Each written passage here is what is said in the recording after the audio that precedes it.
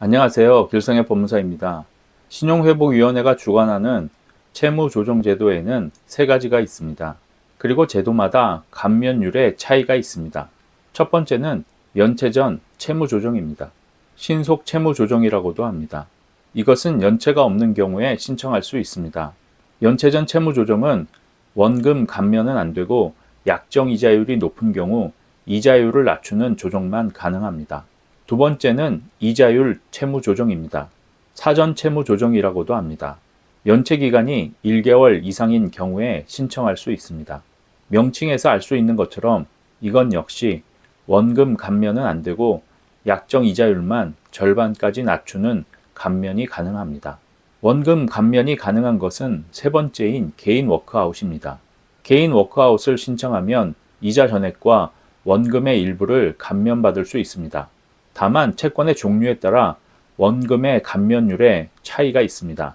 삼각채권인 경우에는 원금의 최소 20%에서 최대 70%까지 감면이 가능하지만 미삼각채권은 최대 30%까지만 감면이 가능합니다.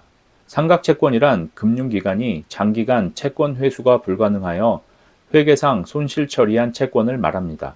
본인의 채권이 삼각채권인지 아닌지에 대한 판단은 은행에 따라 그리고 채무자의 신용도에 따라 달라지는 것이므로 일률적으로 말하기 어렵습니다.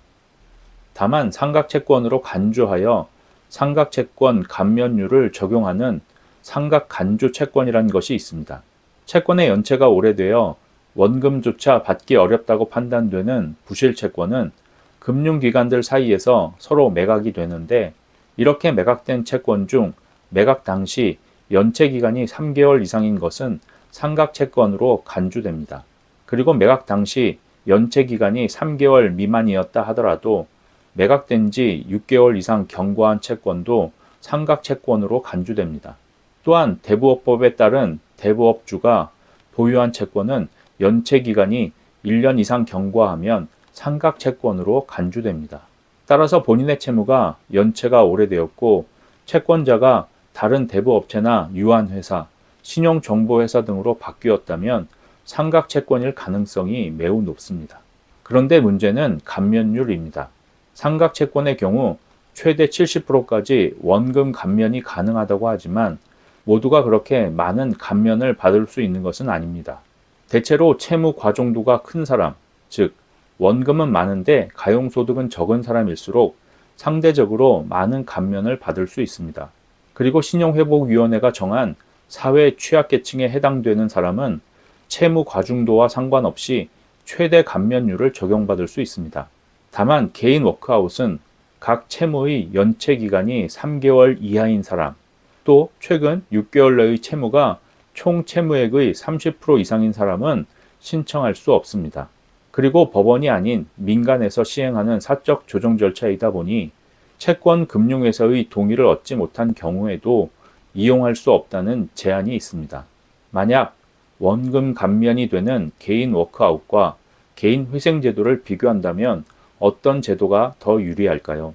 감면율을 생각한다면 개인 회생이 더 많은 원금 감면을 받을 수 있다는 점에서 더 유리하다고 할 수 있습니다. 그리고 상환 기간도 3년에서 최대 5년으로 8년에서 최대 10년인 개인 워크아웃보다 더 짧아 채무를 빨리 정리하고 싶은 분들에게는 개인 회생이 더 유리합니다. 그러나 만약 본인의 생활비가 많이 들어가 길게 갚더라도 생활비를 조금 더 쓰고 싶은 분들이라면 개인 회생보다 오히려 개인 워크아웃이 더 맞을 수도 있습니다.